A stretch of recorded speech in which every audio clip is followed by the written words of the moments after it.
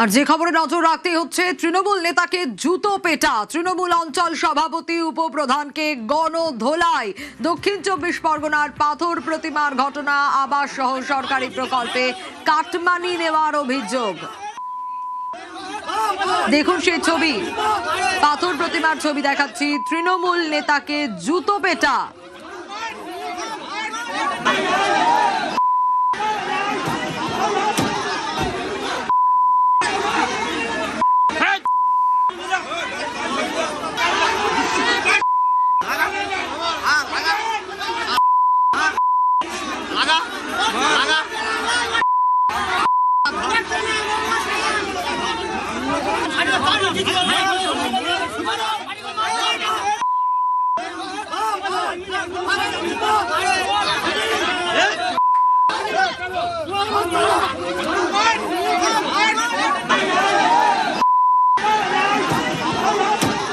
বিশ্বজিৎ রয়েছে আমার সঙ্গে, আরো বিস্তারিত জানতে পারবো। বিশ্বজিৎ, কি কি অভিযোগ দক্ষিণ 24 পরগনার পাথর প্রতিমায় তৃণমূল অঞ্চল সভাপতি উপপ্রধানকে এই গণধোলাইয়ের কারণ কি, জনরোষের কারণ কি, কি অভিযোগ তাদের বিরুদ্ধে?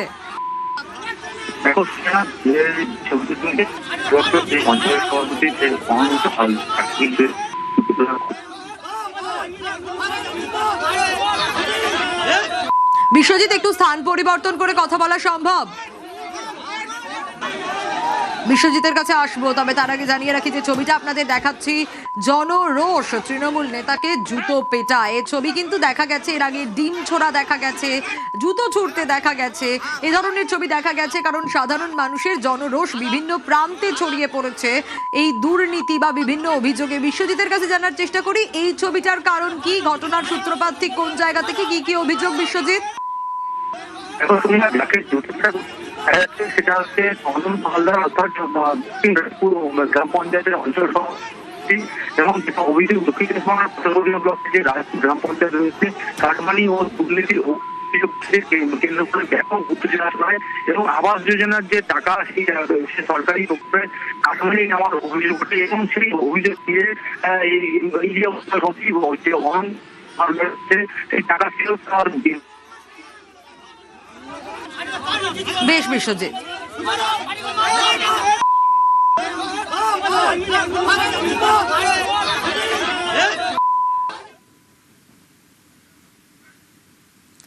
দিকে দিকে জনরোষ, ফের আবাসে দুর্নীতির অভিযোগ, ফের বিক্ষোভ, ফের প্রতিবাদ। দক্ষিণ 24 পরগনার ফলতা থেকে কোচবিহারের শীতলকুচি, সর্বত্রই ছবিটা একই। আবাস, গরিবের আশ্রয়। তৃণমূল জমানায় এই আবাস প্রকল্প নিয়েই ভুরি ভুরি দুর্নীতির অভিযোগ। পালা বদলের বাংলায় একে একে মুখ খুলছেন অনেকেই। ভয় আউট, ভরসা ইন।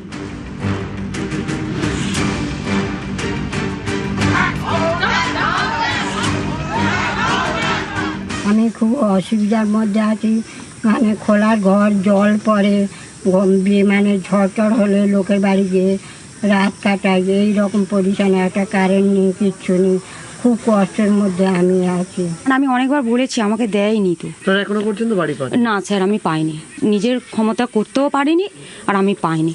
ওই পার্টির লোকরাই এসেছিল, ওই তৃণমূল পার্টি আমার লিখে নিয়ে গেলে করলে, কিন্তু স্যার আমাকে তবু আমাকে দেয়নি। আমি অনেকবার বলেছি যে আমাকে একটা ঘর দাও, আমাকে একটা ঘর দাও। ফলতার দেবীপুর গ্রাম, এখানে আবাস তালিকায় একাধিক অসঙ্গতি। এই দেখুন সেই তালিকা, কোথাও উপভোক্তার নাম নেই, কোথাও আবার উপভোক্তার জায়গায় শুধুই জেড। বিভিন্ন রকম আমরা পেপার পাচ্ছি যেখানে দেখা যাচ্ছে নামের জায়গা পুরো ফাঁকা, বা ZZZ@ সামথিং এরকম ভাবে নাম দিয়ে 1,20,000 কমপ্লিটেড করে পেমেন্ট দেখাচ্ছে। এক একটা বুথে প্রায় 25 জন, 27 জন, 29 জন এরকম ভাবে এক একটা বুথে দেখতে পাওয়া যাচ্ছে। শুভেন্দুবাবু যেরকম ভাবে বলছেন, আমাদের আশা করা যায় যে এগুলো ফেরত পাওয়া যাবে। প্রত্যেকটা অঞ্চলে প্রায় 50-60টা করে বাড়ি এমন যে কোনো নামই নেই, কিন্তু টাকা উঠে গেছে। সেখানে নামের জায়গায় ZZPP, ঠিক আছে, এরকম করে প্রায় 20-30টা, তারপর কোনো জায়গায় নাম নেই, শুধু পি লেখা, টাকা উঠে গেছে। এগুলো বিশাল বড় দুর্নীতি হয়েছে। সেখান থেকে তো কাটমানি খেয়েছে, যাদের নামে হয়েছে তাদের কাছ থেকে নিয়েছে, এবং আমরা RTI করেছি, আরো কাগজ এলে আরো দেবো আমরা। এই তৃণমূলের লোকরাই এরা দিয়েছে, এবং এর সঙ্গে যারা পঞ্চায়েতে যারা দায়িত্ব ছিল, যারা ঘর দেওয়ার দায়িত্ব ছিল, তারা যুক্ত রয়েছে। সব কটাকে জেলে ঢোকানো উচিত।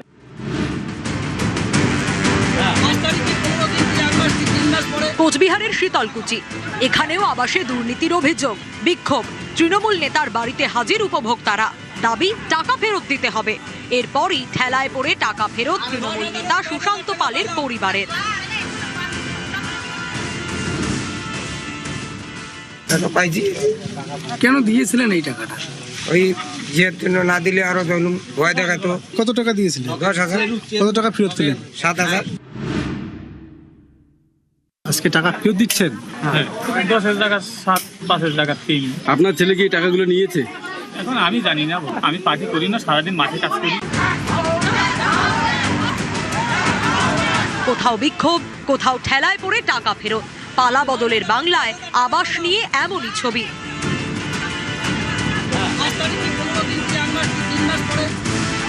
নিউজ 18 বাংলা।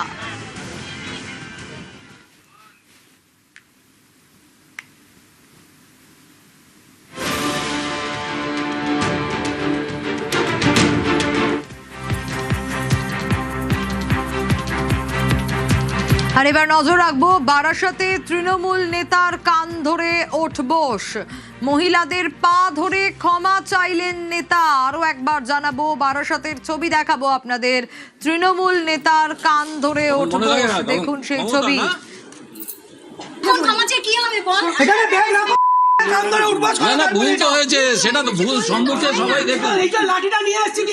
মহিলাদের পা ধরে ক্ষমা চাইলেন নেতা। সত্যি এই ছবিগুলো বলছে বাংলায় ভয় আউট, ভরসা ইন। অভিযুক্ত নেতা কান ধরে উঠবোস করছেন, মহিলাদের পা ধরে ক্ষমাও চাইলেন।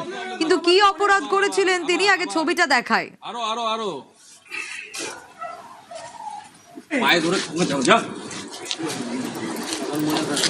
তখন মনে থাকে না, তখন ক্ষমতা না।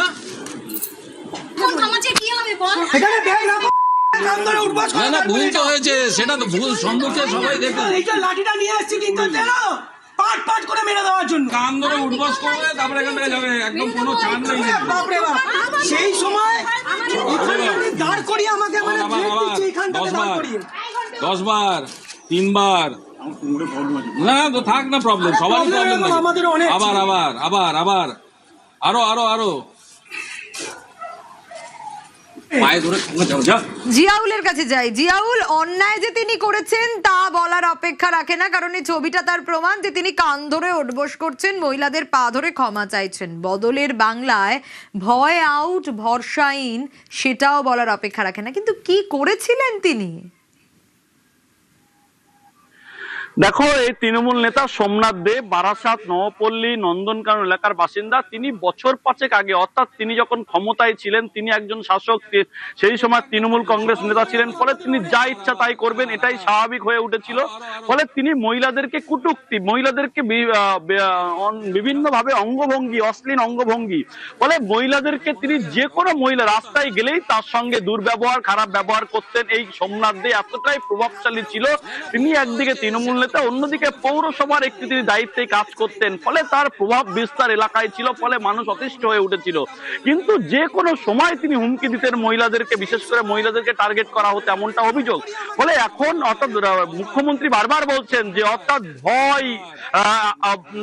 ভয়হীন, অর্থাৎ যে স্লোগান সামনে আসছে সেখানেই কিন্তু পরিষ্কার যে কোনো ভয় নেই, তারা কিন্তু নির্বিঘ্নে তারা সামনে রাস্তায় ঘোরাফেরা করছেন। এবং এই যে সোমনাথ দে তিনি যখন এলাকায় যাচ্ছেন তখন তাকে বলা হয়, এবং তিনি ইচ্ছাকৃত তিনি গিয়ে মহিলাদেরকে পা ধরে অন্যায় স্বীকার করেন যে তিনি আর এই ধরনের কাজ কোনোদিন করবেন না, এবং উদ্বোস করেন যে তিনি যে কাজ করেছেন বছর 5 আগে সেটা তিনি ভুল স্বীকার করে এখন তিনি এই যে অর্থাৎ কান ধরে উদ্বোস, মহিলাদেরকে পা ধরে অন্যায় স্বীকার করছেন। এই সোমনাথ দে এতটাই প্রভাবশালী ছিল, বলে এলাকার মানুষ খুশি। তার কারণ তিনি যে ভয়, তিনি বুঝতে পেরেছেন যে অন্যায় কাজ করেছে দীর্ঘদিন ধরে, এলাকার মানুষের ভয় দেখিয়েছেন, হুমকি দিয়েছেন, বিভিন্ন রকম ভাবে অশ্লীল অঙ্গভঙ্গি করেছেন।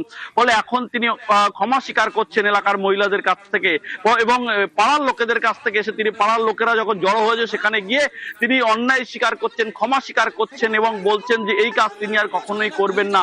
এমনই কিন্তু ছবি ধরা পড়লো এবং সেই ছবি কিন্তু ইতিমধ্যে সমাজ মাধ্যমে ভাইরাল। ফলে এই বারাসাতের নবপল্লী, নন্দনকানন এলাকায় কিন্তু এই গুণধর তৃণমূল নেতা তার কিন্তু ইতিমধ্যে সেই যে অর্থাৎ কান ধরে উঠবোস এবং পা ধরে ক্ষমা স্বীকার, সেটা কিন্তু মধ্যে ভাইরাল হচ্ছে এই এলাকা জুড়ে। বেশ জিয়াউল, সেই ছবি দেখুন। 5 বছর আগে মহিলাদের কটূক্তির অভিযোগ ছিল, আর এখন দেখুন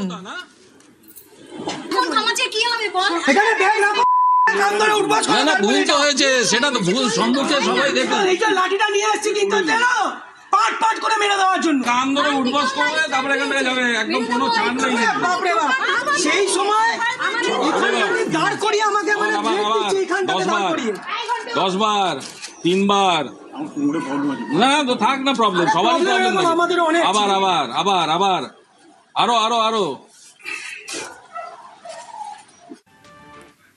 তৃণমূলের প্রাক্তন কাউন্সিলর দেবরাজ, কোটি কোটির সম্পত্তি, বলা ভালো শ কোটির সম্পত্তি পালানোর চেষ্টা করেছিলেন, পালাতে পারলেন না, শেষ রক্ষা হলো না। পালানোর আগেই দেবরাজ জালে রাঁচির কাছে হোটেলে গা ঢাকা দেওয়ার চেষ্টা করেছিলেন নাকি দেবরাজ, সূত্র মারফত এমনটাই খবর পাওয়া যাচ্ছে। কিন্তু কতদিন ধরে তার এই চেষ্টা জানার চেষ্টা করব, আরো ডিটেল আপডেট নেব।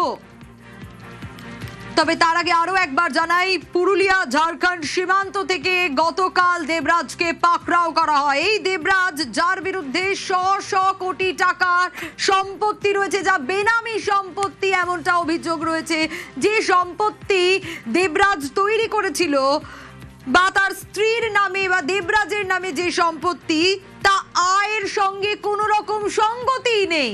আয়ের সঙ্গে সঙ্গতিহীন সম্পর্ক, দুর্নীতির অভিযোগ, তোলাবাজির অভিযোগ, হুমকির অভিযোগ, একের পর এক ভুরি ভুরি অভিযোগ এই দেবরাজের বিরুদ্ধে। আমি অনুপের কাছ থেকে একটু জানতে চাইবো, অনুপ রয়েছে আমার সঙ্গে।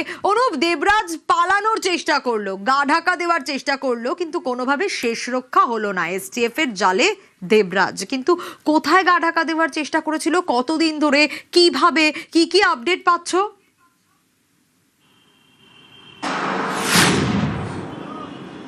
তো যেভাবে দেবরাজ গ্রেপ্তার করা হয়েছে দেবরাজকে, সেখানে দেখা 10 দিন ধরে রাঁচির এক ব্যবসায়ীর যে রিসর্ট হোটেল, সেখানে কিন্তু তিনি গা ঢাকা দিয়েছিলেন। এবং 10 দিন ধরে সেখানে যখন গা ঢাকা দিয়েছিল, বেঙ্গল এসটিএফের পক্ষ থেকে একাধিক ব্যক্তির সঙ্গে কিন্তু যোগাযোগ যখন রাখছিলেন, সেই সমস্ত একাধিক নাম্বারের সঙ্গে ট্র্যাক করা হচ্ছিল। 100 নাম্বার মোবাইল ফোন কিন্তু ট্র্যাক করা হয়েছিল। দেবরাজ ঘনিষ্ঠ এক ব্যক্তি তার সঙ্গে ছিলেন এবং সেই হোটেলে সেও ছিলেন। তার মাধ্যমেই তার ফোন থেকে একাধিক ব্যক্তির সঙ্গে যেভাবে কথা বলছিলেন বেঙ্গল এসটিএফের পক্ষ থেকে তার ফোন ট্র্যাক করা হয়। এরপরে রাঁচির সেই ব্যবসায়ীর যে হোটেল, সেই হোটেল থেকে দেবরাজ চক্রবর্তীকে বেঙ্গল এসটিএফ গ্রেপ্তার করে। টানা 10 দিন সেই হোটেলেই দেবরাজ চক্রবর্তী ছিল এবং সেই সঙ্গে দেবরাজ চক্রবর্তীর সঙ্গে একজন ঘনিষ্ঠ যুবক, তিনিও কিন্তু সেখানে ছিলেন এবং তার মারফতেই কিন্তু সমস্তভাবে কথা বলতেন। সেই ফোন দিয়ে দেখা যায় 100 মানুষের সঙ্গে কথা বলেছেন। প্রত্যেকটি ফোন টাওয়ার লোকেট করা হয়েছিল, কোন জায়গায় কার সঙ্গে কথা বলা হচ্ছে। শেষমেশ জানতে পারা যায় ঝাড়খণ্ডের ঠিক সীমানার কাছে এই হোটেলেই দেবরাজ চক্রবর্তী গা ঢাকা দিয়ে রয়েছে। এরপরে বেঙ্গল এসটিএফ সেখান থেকে দেবরাজ চক্রবর্তী গ্রেপ্তার করে। টানা যখন এই বলা হচ্ছে এই যে ব্যবসায়ী, যে ব্যবসায়ীর রিসোর্টে দেবরাজ চক্রবর্তী ছিলেন, তার এই ব্যবসায় কিন্তু হোটেল ব্যবসায় দেবরাজ চক্রবর্তী একাধিক টাকা ঢেলেছিল এবং সেই সুবাদেই তার সঙ্গে পরিচয় হয় এবং তার হোটেলে থাকতে শুরু করেছিল। এবং দেখা যায় যখন দেবরাজ চক্রবর্তী বিধানসভা ভোটে তার স্ত্রী হেরে যায়, তারপর থেকেই গা ঢাকা দিয়েছিল। জামিন যখন নাকচ হয়ে যায়, তার পরবর্তীতে কিন্তু সেখান থেকে ডেরা অন্য ডেরায় চলে যায়। বারবার ডেরা চেঞ্জ করেও কিন্তু দেবরাজ চক্রবর্তী শেষ রক্ষা হয়নি। শেষমেশ তাকে গ্রেপ্তার করা হয়েছিল। উত্তরবঙ্গ থেকে কালিম্পং হয়ে বিভিন্ন জায়গায় তিনি গা ঢাকা দিয়েছিলেন, কিন্তু কোনো ডেরাতে বেশি দিন তিনি থাকতেন না। পরবর্তী ক্ষেত্রে যখন জামিন নাকচ হয়ে যায়, দেখা যায় দেবরাজ চক্রবর্তী তিনি ঝাড়খণ্ড সীমান্ত, অর্থাৎ পুরুলিয়া থেকে যে ঝাড়খণ্ড সীমান্ত, সেখানে এক ব্যবসায়ীর হোটেল, সেই হোটেলে কিন্তু রিসর্টে সেখানে গা ঢাকা দিয়ে রয়েছেন। টানা 10 দিন সেখানে ছিল আর এক যুবক তার সঙ্গে ছিল, তার সঙ্গে কিন্তু মোবাইলে একাধিক ব্যক্তির কথোপকথন ছিল এবং সেক্ষেত্রেই বেঙ্গল এসটিএফের পক্ষ থেকে তার যে গতিবিধি নজর রাখা হচ্ছিল এবং পুলিশের পক্ষ ও এসটিএফের পক্ষ থেকে জানতে পারা যাচ্ছে 100 লোকের সঙ্গে কিন্তু বিভিন্নভাবে যোগাযোগ করা হয়েছিল। যেহেতু কোনোভাবে ট্রানজাকশন থেকে শুরু করে কোনো কিছু হচ্ছিল না, তার কারণ বিপুল পরিমাণে ক্যাশ টাকা নিয়ে দেবরাজ চক্রবর্তী তিনি কিন্তু পালিয়ে গিয়েছিলেন। প্রথমে উত্তরবঙ্গ, তারপরে কালিম্পং, বিভিন্ন জায়গায় তিনি কিন্তু গা ঢাকা দিয়েছিলেন। বারবার ডেরা বদল করেছিল, কিন্তু শেষ রক্ষা হলো না। অর্থাৎ ঝাড়খণ্ড যে সীমান্ত, সেখানে এক ঝাড়খণ্ডের ব্যবসায়ীর সঙ্গে যে পরিচয় ছিল, তার ব্যবসায় প্রচুর টাকা ইনভেস্ট করেছিল এবং তারই পরবর্তী ক্ষেত্রে দেবরাজ চক্রবর্তী ইতিমধ্যেই তাকে সেখান থেকে গ্রেপ্তার করেছে বেঙ্গল এসটিএফের পক্ষ থেকে। তারপরে বাগুয়াটি থানায় নিয়ে আসা হয়েছে। আজকে আদালতে পেশ করে নিজেদের হেফাজতে কিন্তু নেওয়া হবে। বেশ, আর এই দেবরাজ চক্রবর্তীর যখন আগাম জামিনটা খারিজ হয়ে যায়, তখনই তাকে গ্রেপ্তার করা হয়। বিধাননগরের প্রাক্তন মেয়র পরিষদ, প্রাক্তন তৃণমূল বিধায়ক অদিতি মুন্সির স্বামী এই দেবরাজ। কিন্তু এই দেবরাজ আয়ের সঙ্গে সঙ্গতিহীন সম্পত্তির মামলায় তো গ্রেপ্তার হয়েছে, কিন্তু তার বিরুদ্ধে আরো ভুরি ভুরি অভিযোগ রয়েছে, এই একটা অভিযোগ নয়। কি কি অভিযোগ রয়েছে? রৌনক রয়েছে আমার সঙ্গে, রৌনকের কাছ থেকে জানতে পারবো। রৌনক, এই একটা মামলায় তো তাকে গ্রেপ্তার করা গেল, কিন্তু প্রচুর অভিযোগ তো তার বিরুদ্ধে, কি কি অভিযোগ? একেবারে অভিজিৎ সাহার যে অভিযোগের ভিত্তিতে তাকে গ্রেফতার করা হয়েছে, সেখানে বলা হয়েছিল প্রায় 30 লক্ষ টাকার বেশি তোলা তুলেছিল দেবরাজ চক্রবর্তী এবং তার সহযোগীরা, এবং তাকে খুনের হুমকিও দেওয়া হয়। এরকমই আরো একাধিক প্রমোটার যারা কিন্তু বাগুইটি থানায় লিখিত অভিযোগ করেছে, যেখানে এরকমই তোলাবাজির অভিযোগ রয়েছে, খুনের হুমকির অভিযোগ রয়েছে, এবং তোমায় জানিয়ে রাখবো যে আর্থিক প্রতারণার অভিযোগ রয়েছে। পুলিশ সূত্রে জানতে পারছি আমরা, দেবরাজ চক্রবর্তীর একটি কোম্পানি ছিল, সেই কোম্পানির মাধ্যমে কোটি কোটি টাকা ট্রানজাকশন করেছে এই দেবরাজ চক্রবর্তী। অর্থাৎ মনে করা হচ্ছে যে কালো টাকা তিনি বাজার থেকে তুলতেন, সেই কালো টাকা সাদা করার জন্যই পেছনে এই কোম্পানিটিকে তিনি ব্যবহার করতো। তরুণজ্যোতি তিওয়ারির যে অভিযোগ, প্রায় 1300 কোটি টাকার সম্পত্তি রয়েছে দেবরাজ চক্রবর্তী। একজন মেয়র পরিষদ এবং প্রাক্তন কাউন্সিলর হয়ে যে ভাতা পায়, সে ভাতা থেকে এত বিপুল পরিমাণ সম্পত্তি কোথা থেকে আসে? এর পেছনে একটা বড় র্যাকেট কাজ করতো দেবরাজ চক্রবর্তী এবং তার সহযোগীদের।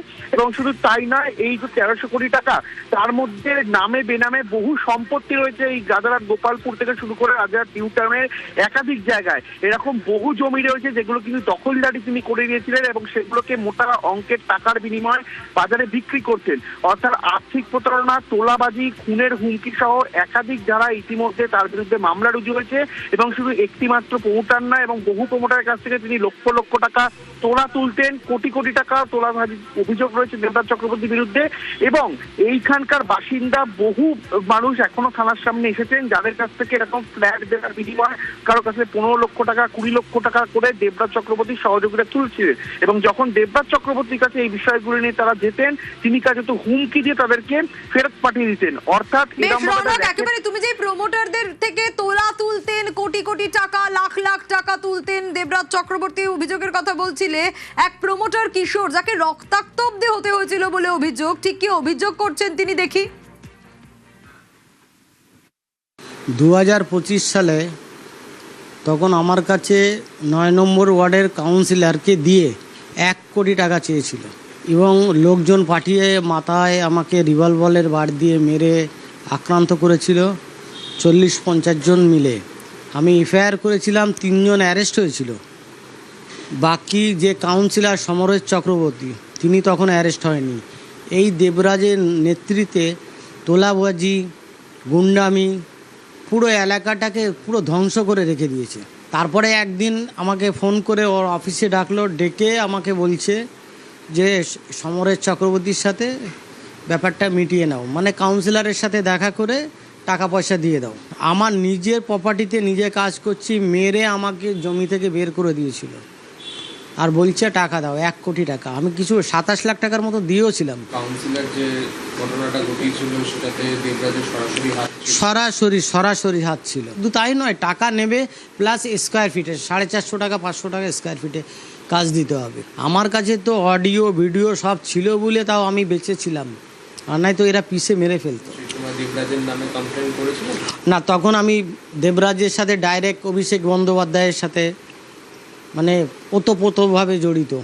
আমি কি করে দেবরাজের নামটা নিই, কিন্তু নিউজ চ্যানেলকে আমি সবসময় বলেছি বড় মাথা আছে, ঠিক সময় মতো মাথাটা বলবো। আজকে সেই সময়টা এসছে। আর আগেই কড়া পদক্ষেপের বার্তা দিয়েছিলেন মুখ্যমন্ত্রী শুভেন্দু অধিকারী। 7ই জুন কি হুঁশিয়ারি দিয়েছিলেন তিনি, শোনাবো। তরুণ আইনজীবী প্রতিবাদী, যাকে আপনারা 27,000-এরও বেশি ভোটে জিতিয়ে একটা ডাকাতকে হারিয়ে দিয়েছেন। তরুণজ্যোতিকে বলবো এফআইআর এর কপিগুলো, সার্টিফিকেট কপি তুলে আমার কাছে পাঠাবেন ভাই। ওই ভাইবোর যে টেনিয়াটা এখানে ছিল, আর কোথায় গেছে?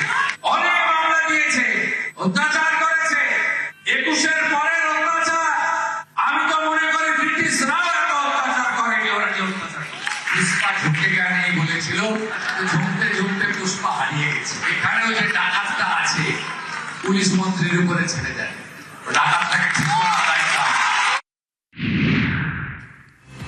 ঠিক যেমন কথা তেমন কাজ। দেবরাজ চক্রবর্তীকে গ্রেফতার গতকাল পুরুলিয়া ঝাড়খণ্ড সীমানা থেকে, আর আজ তাকে আদালতে পেশ। কখন পেশ, কি আপডেট পাওয়া যাচ্ছে, আরো বিস্তারিত জানাতে পারবে জিয়াউল রয়েছে আমার সঙ্গে। জিয়াউল, দেখো কিছুক্ষণের মধ্যেই বারাসাত আদালতে নিয়ে আসা হবে দেবরাজকে, অর্থাৎ এবং দেবরাজ এলাকার যে সমস্ত তোলাবাজি করেছেন, অর্থাৎ বিভিন্ন ব্যবসায়ীদের কাছ থেকে মোটা অঙ্কের টাকা নিয়েছেন, এবং শুধুমাত্র ব্যবসায়ীদের নয়, নিজের রাজনৈতিক দল অর্থাৎ তৃণমূল কংগ্রেসের বিধায়ক বা নেতাদের কাছ থেকেও মোটা অঙ্কের টাকা তুলতেন এই দেবরাজ, অর্থাৎ এবং শুধুমাত্র অভিষেক বন্দ্যোপাধ্যায়ের লাইভ ভার্সন অর্থাৎ নর্থ 24 পরগনা সহ বিস্তীর্ণ এলাকায় কিন্তু একেবারে অভিষেক বন্দ্যোপাধ্যায়ের মতন করেই তিনি টাকা তুলতেন। কোটি কোটি টাকা কিন্তু ব্যবসায়ীদের কাছ থেকে যেমন নিয়েছেন, ভয় দেখিয়ে নিয়েছেন, এবং নিজের দলের রাজনৈতিক নেতাদের কাছ থেকেও কিন্তু মোটা অঙ্কের টাকা নিয়েছেন এই দেবদাস। তারপর ভোটের পর থেকে কিন্তু তিনি পলাতক ছিলেন, এবং পুরুলিয়া থেকে গ্রেপ্তার করা হয়েছে, পুলিশ এবং এসটিএফ গ্রেপ্তার করেছেন তাকে। আজকে বারাসাত আদালতে তোলা হবে,